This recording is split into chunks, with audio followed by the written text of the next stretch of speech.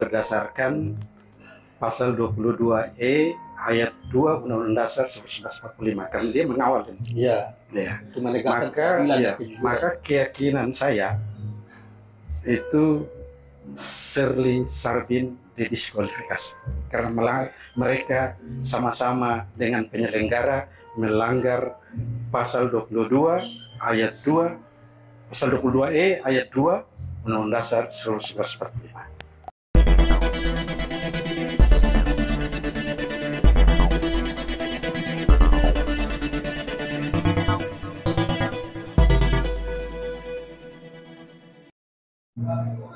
Assalamualaikum warahmatullahi wabarakatuh. Waalaikumsalam warahmatullahi wabarakatuh. Kawan-kawan sekalian, kembali kita berjumpa untuk diskusi ringan, bincang-bincang soal Pilgub Maluku Utara yang kini memasuki tahapan sengketa di Mahkamah Konstitusi. Saudara sekalian, sebagaimana kita tahu bahwa sengketa pilkada khususnya Pilgub Maluku Utara masih berlangsung dan mungkin tanggal 22 ya Pak Im 22. Kemarin kan sudah dibacakan oleh para pihak untuk melakukan bacakan gugatan mereka ya Pak Has, pemohonnya menyampaikan gugatannya. Pak Sultan Tidore Has, kemudian Husain Altingsyah dengan pasangannya, kemudian Pak Muhammad Kasuba Pasir Salama dan pasangan Muhammad Kasuba Pasir Salama, kemudian Ali Yomus dan Sahril. Dan sebagaimana kita ketahui bahwa Pilgub Maluku Utara menurut versi KPU dan Bawaslu, pemenangnya sementara ini adalah Shirley dan Sarbinnya. Karena dalam prosesnya banyak sekali disoal oleh masyarakat maupun dari para pihak yang menggugat ini. Maka kita coba pada kesempatan ini untuk menggali lebih dalam tetapi ringan dengan sekali lagi dengan Pak Im Abdurrahim Fabanyo, Ketua Partai Umat di sana, sekaligus juga sebagai pendukung pasangan Has. Nah, Pak Im, saya mau ingin bertanya tentang Pilgub Maluku Utara. Kira-kira mungkin walaupun kita sudah dengar tentang beberapa alasan yang menyebabkan para pihak ini mengajukan gugatan atau mencari keadilan dan kejujuran dalam proses demokrasi di sana karena dianggap banyak hal yang tidak sesuai baik dari prosedur maupun substansi sehingga dilakukan gugatan, dan mungkin tanggal 22 sudah ada jawaban dari KPU dan Bawaslu. Coba cerita sedikit secara umum, mungkin ada prakondisi kemudian ini apa? Ya, jadi Pilkada Maluku Utara itu penyelenggara dalam hal ini KPU Provinsi Maluku Utara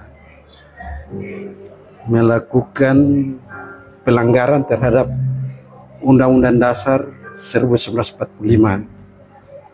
pasal 22E ayat 2 tentang pemilihan umum yang langsung, umum, bebas, rahasia, dan jujur adil. Biasa kita singkat dengan Luber Jurdil. Ya. Kalau kita lihat dari sejak awal pendaftaran KPU ini, itu Beni Laos mendaftar sebagai calon gubernur berpasangan dengan Sarbin Sehe. Itu saja KPU sudah keluar dari nilai kejujuran, yaitu menyangkut masalah hutang. Bahwa Beni Laos ini masih berutang ke Pemda Kota Ternate tentang pajak hotel. Itu kurang lebih 2 miliar, itu belum terbayar sampai pada saat dia pendaftar itu. Harusnya di saat itu juga sudah harus gugur. Kalau menurut peraturan yang berlaku. Tapi oke lah, itu sudah lewat dan Beni Laos juga sudah mengalami musibah dan meninggal. kemudian digantikan dengan istrinya itu. Dalam proses awal pendaftaran juga KPU sudah tidak jujur, tidak adil dalam memberlakukan para calon. Ya. Yaitu ketika pendaftaran dengan syarat-syarat tertentu menyangkut surat keterangan sehat jasmani dan rohani, itu saya dapat bahwa pihak Rumah Sakit Angkatan Darat Gatot Subroto, Jakarta, itu mengeluarkan keterangan bahwa Sherly Coanda itu dalam keadaan dirawat di rumah sakit. Ya. Ya, itu ada surat keterangannya, Pak. Ada surat keterangan yang saya bisa tunjukkan. Nah, saudara-saudara sekalian, ini ada surat keterangan yang mau tunjukkan yang dikeluarkan oleh SPD. Surat keterangan yang dikeluarkan oleh RSPAD Jakarta tanggal 14 Gatot Subroto Jakarta tertanggal 16 Oktober 2024. Ini menerangkan bahwa saudara Sherly Coanda dalam keadaan dirawat di rumah sakit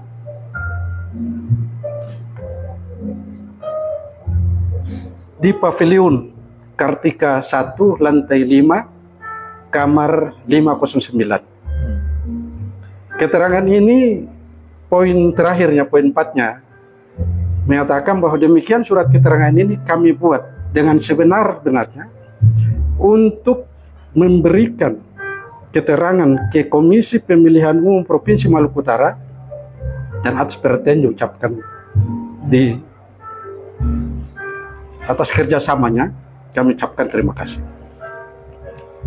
Jadi ternyata KPU menerima surat ini dari pihak Rumah Sakit RSPAD Gatot Subroto Jakarta. Tapi kok bisa diloloskan? Ya seharusnya waktu itu seharusnya gugur. Seharusnya tidak bisa gugur gitu ya. Iya, karena aturannya harus sehat jasmani dan rohani. Sementara yang bersangkutan itu ada dirawat di rumah sakit, berarti yang bersangkutan harus sakit. Jasmaninya sakit. Mungkin saja pengaruh terhadap rohani karena trauma dengan musibah di Taliabu itu. Ya. Itulah menimbulkan kecurigaan bahwa ada apa di balik diloloskan, diloloskan Sherly Coanda sebagai calon gubernur, maka diduga KPU itu sudah menerima sesuatu dari pihak Sherly Coanda.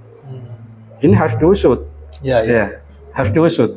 Pihak kepolisian, pihak KPK harus mengusut ini. Bahwa KPU Provinsi Maluku Utara berani meloloskan Sherly Coanda jadi calon gubernur dengan berdasar keterangan bahwa dia yang bersangkutan masih dirawat di rumah sakit, kok bisa diloloskan?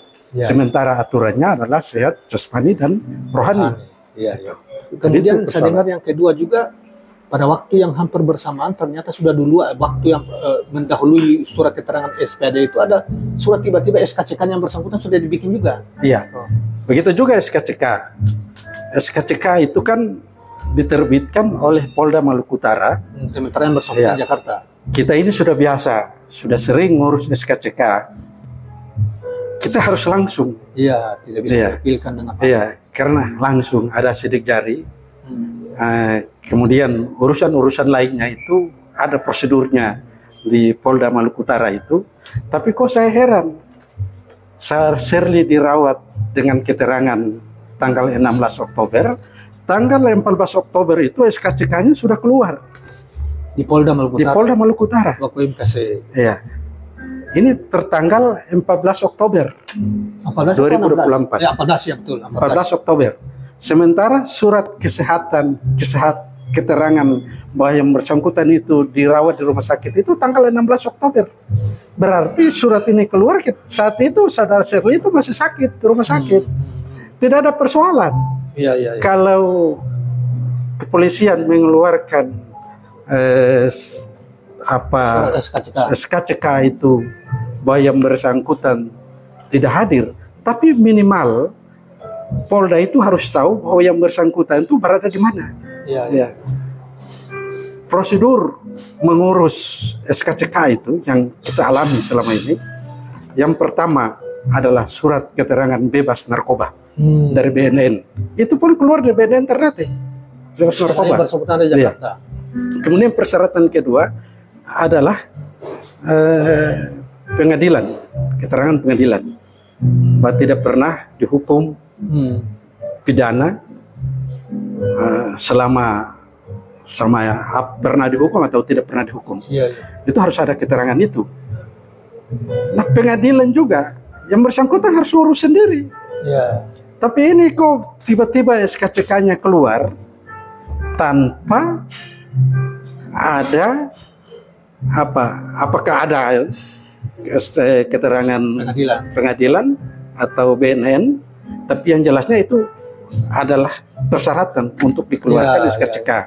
Yang bersangkutan harus ngurus kedua hal yang tadi itu sebagai syarat untuk dikeluarkan SKCK. Tapi ini saya jadi heran, ini ada apa ini? Ini berarti ada perlakuan khusus pada saudara Serdi Chowanda, kira begitu. Dan Koim, saya dengar juga ada surat surat keterangan kesehatan itu yang seharusnya di KPU itu kan keluarga sudah menunjuk rumah sakit di Hasan Bisori Ternate. Tiba-tiba surat keterangan kesehatan itu juga tidak di situ, padahal yang bersangkutan masih sakit di sini. Itu gimana itu? Itu bagian dari memang KPU Provinsi Maluku Utara sudah menunjuk rumah sakit Hasan Bisori sebagai rumah sakit untuk memeriksa para kandidat calon gubernur dan wakil gubernur. Bahkan di kabupaten kota pun semua ke rumah sakit Hasan Bisori. Karena pemeriksaan itu memang harus lengkap pemeriksaan. Ada beberapa dokter yang harus memeriksa itu, termasuk dokter saraf. Dokter saraf saya pernah melalui pemeriksaan itu, mengikuti pemeriksaan kesehatan di rumah sakit itu, saya pernah melalui prosedur itu tes dokter saraf itu kita jalan dengan tumit. Saya yakin Shirley pasti tidak akan bisa karena dia sakit. Jalan dengan tumit. Itu jalan, itu tes. Tapi KPU itu ada. Kemudian ada tes kejiwaan. Itu ada soal 500 lebih, 500 soal lebih yang kita isi. Ini tidak pernah dilakukan itu. Sementara calon lain diperlakukan seperti itu. Jadi ada perlakuan khusus inilah yang tidak adil KPU Provinsi Maluku Utara. Makanya saya katakan KPU telah melanggar Undang-Undang Dasar 1145 ayat 22 pasal 22E ayat 2. Itu prosedur teknis yang kelihatannya itu juga salah satu bagian yang disampaikan ke Mahkamah Konstitusi oleh para pihak terutama yang bersengketa di sana. Nah, ini kan selama ini Mbak Im, memang ini ada harapan baru karena misalnya ada Profesor Margarito mengatakan sia-sia karena selisihnya besar, tapi ternyata Mahkamah Konstitusi itu hakim-hakim Teni Nurbaningsi maupun Sadri Isat hari ini itu kan seakan-akan bukan seakan-akan tetap tegas mengatakan bahwa prosedur pemeriksaan di Mahkamah Konstitusi tidak hanya sekadar angka-angka, tetapi juga proses yang mendahului dalam proses itu juga artinya kualitatif juga akan ini. Jadi seperti yang disampaikan oleh Margarito, salah satu pakar hukum tata negara yang dari asal Maluku Utara, seakan-akan dia hanya melihat bahwa proses sengketa di MK itu cuma seakan-akan angka-angka saja, jadi percuma para pihak untuk ini. Tetapi dengan putusan dengan apa pernyataan hakim konstitusi seperti yang Saldi sama pun Eni Umar ini, kalau Eni Umar ini sih menekankan soal prosedur seperti yang tadi itu, bahkan bahwa itu akan berpengaruh. Nah, jadi artinya sengketa ini begitu sebagai MK sebagai apa namanya, sebagai pintu terakhir lah untuk mencari keadilan, kejujuran dan sebagainya. Kata seperti Pak Im tadi awal mengatakan bahwa asas pemilu itu kan ada asas keadilan dan kejujuran selain luber dan lain sebagainya. Nah, bagaimana harapan Pak Im sebagai salah satu tim apa namanya pemenang dari Pak Sultan Tidore tentang sengketa ini berlangsung dan harapan terhadap Mahkamah Konstitusi? Memang yang lalu itu sering kita katakan bahwa Mahkamah Konstitusi itu mahkamah kalkulator. Ya, dia hanya berdasarkan angka-angka. Tetapi sekarang dengan perkembangan para hakim di Mahkamah Konstitusi yang dengan semangat perubahan, dengan semangat konstitusinya, maka mereka keluar dari aturan itu, maka semua persoalan yang dialami oleh para calon dalam pilkada atau pemilu itu bisa diajukan ke Mahkamah Konstitusi. Dan harapan saya adalah bagaimana Mahkamah Konstitusi melihat proses awal. Kenapa? Karena memperoleh angka itu melalui proses. Pengaruh proses. Kalau prosesnya tidak benar, bagaimana angka bisa benar? Jadi saya yakin bahwa Mahkamah Konstitusi akan melihat proses awal sampai perolehan suaranya itu. Apakah asas pemilu itu dilanggar atau tidak? Ada juga Pak Im soal penegasan di dalam apa argumen yang dibangun oleh para pihak itu kan termasuk Pak Sultan pengacara itu kan keterlibatan ASN yang masif ASN di provinsi yang masif bahkan lebih luas dari itu, kemudian ada prakondisi misalnya bagi-bagi sembako itu sebelum ini itu pasti ada berpengaruh ke situ dan itu disampaikan ke Mahkamah Konstitusi atau tidak, karena keyakinannya begini bahwa proses ini yang bisa mempengaruhi seseorang bisa menang atau tidak. Salah satunya. Jadi begini, sejak teman saya Beni Laos itu belum dikubur, ada video yang beredar bahwa Tito Karnavian, Menteri Dalam Negeri, telah mendeklarasikan bahwa calon pengganti Gubernur Maluku Utara adalah Shirley Chowanda, istri dari Beni Laos. Padahal bukan dia, dia seharusnya itu kan kewenangan partai. Padahal dia ini menteri. Dan dia itu kan kewenangan partai, bukan menteri. Tidak perlu menyinggung soal itu. Tapi kalau dia menyinggung ada apa ini? Jadi kalau berawal dari situ Mendagri sudah menyebutkan itu, pasti dia menginstruksikan ke bawah. Pasti menginstruksikan.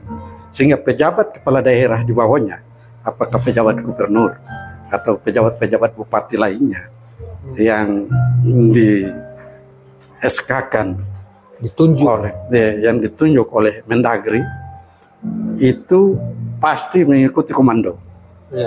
Mereka pasti mengikuti komando. Maka pejabat Gubernur Maluku Utara itu juga akan mengikuti komando itu dan memerintahkan pada Sekda untuk merealisasikan komando itu. Dan ada fakta-fakta seperti itu. Dan Sekda punya bukti bahwa dia bagaimana menyuruh orang itu, ada WA yang dikirim itu. Dan Sekda ini kan kemudian diperiksa oleh Bawaslu dan Bawaslu merekomendasikan supaya bahwa dia terbukti kan.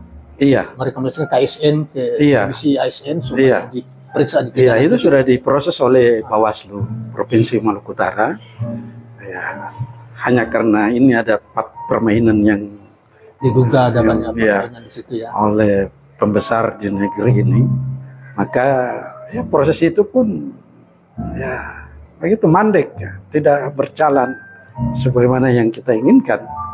Jadi memang benar-benar sistematis kerjanya para pejabat di sana untuk memenangkan Shirley Chowanda.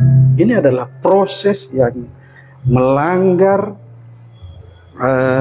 asas pemilu, melanggar asas pemilu, yaitu luber dan jurdil.